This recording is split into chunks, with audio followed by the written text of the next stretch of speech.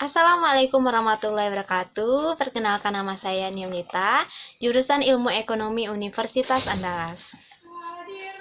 Baiklah, kali ini saya akan membahas tentang ekonomi internasional. Ekonomi internasional terbagi menjadi dua macam, yaitu mikro. Satu, mikro.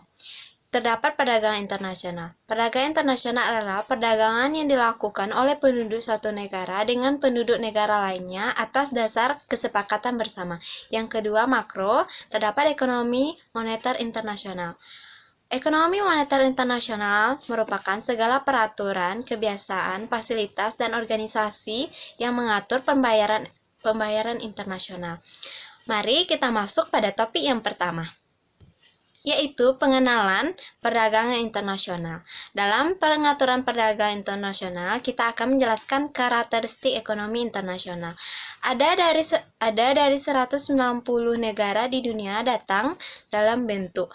Ada dua bentuk umum, yaitu produk nasional bruto (GNP) dan produk domestik bruto, yaitu PDB negara.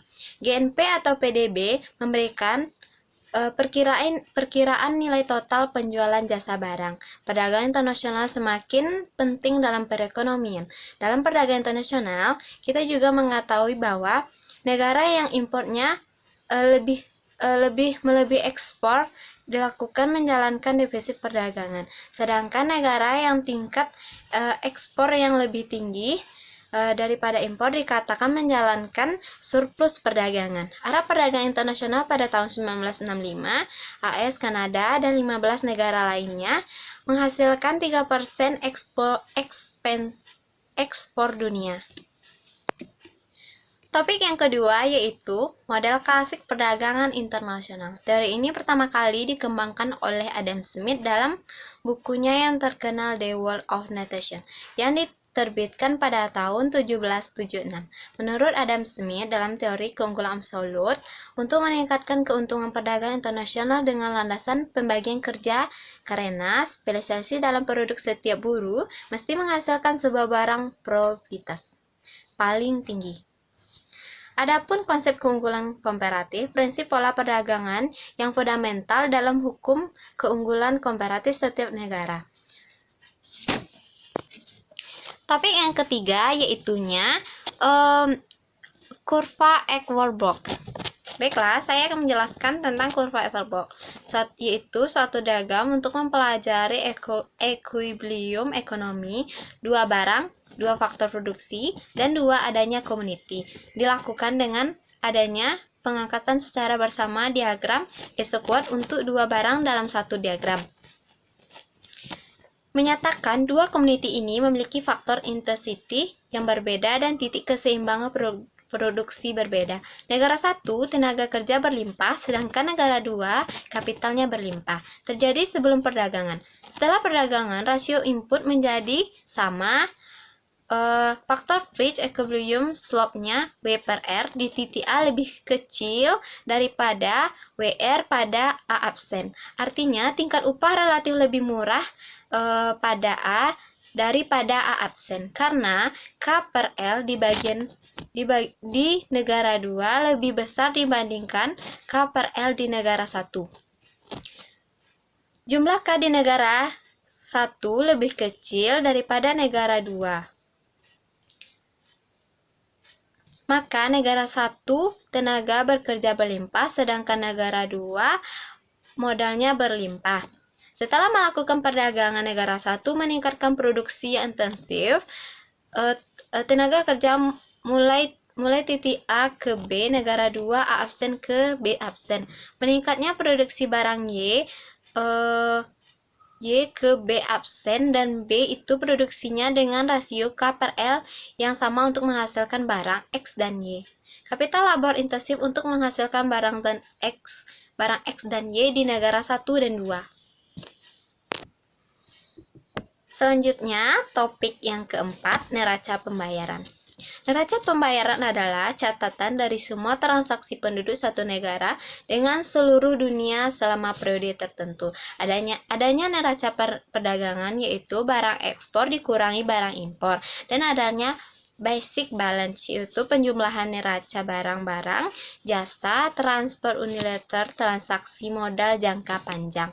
Sisi akuntansi neraca pembayaran, setiap transaksi dicatat pada dua sisi yaitu kredit, adanya pemasukan valuta asing, di mana neraca pembayaran di suatu negara yang mendukung setiap transaksi yang mengarah pada pembayaran uang oleh orang asing kepada penduduk negara itu.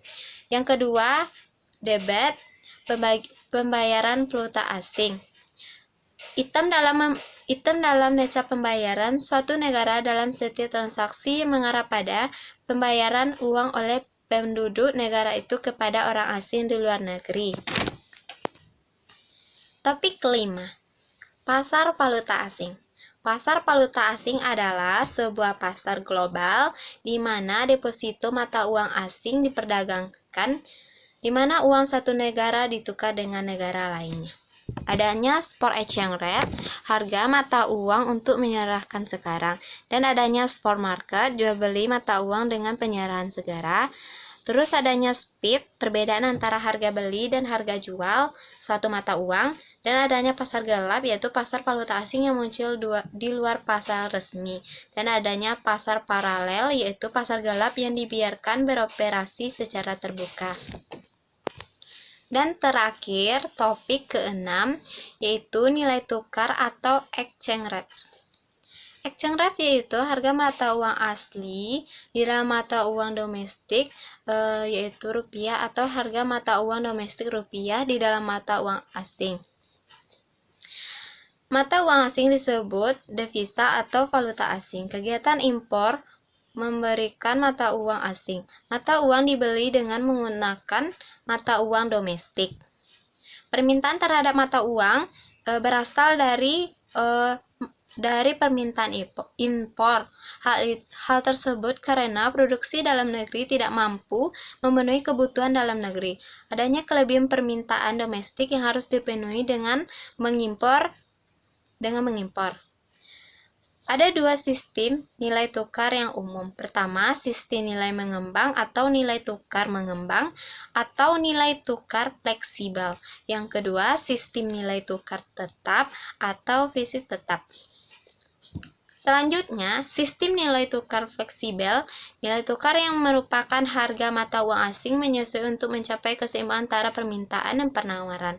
Kenaikan harga uang asing ini dikenal sebagai apresiasi mata uang asing US dollar karena penduduk domestik sekarang harus membayar harga yang lebih tinggi dalam mata uang mereka untuk satu unit uang asing depresiasi mata uang domestik.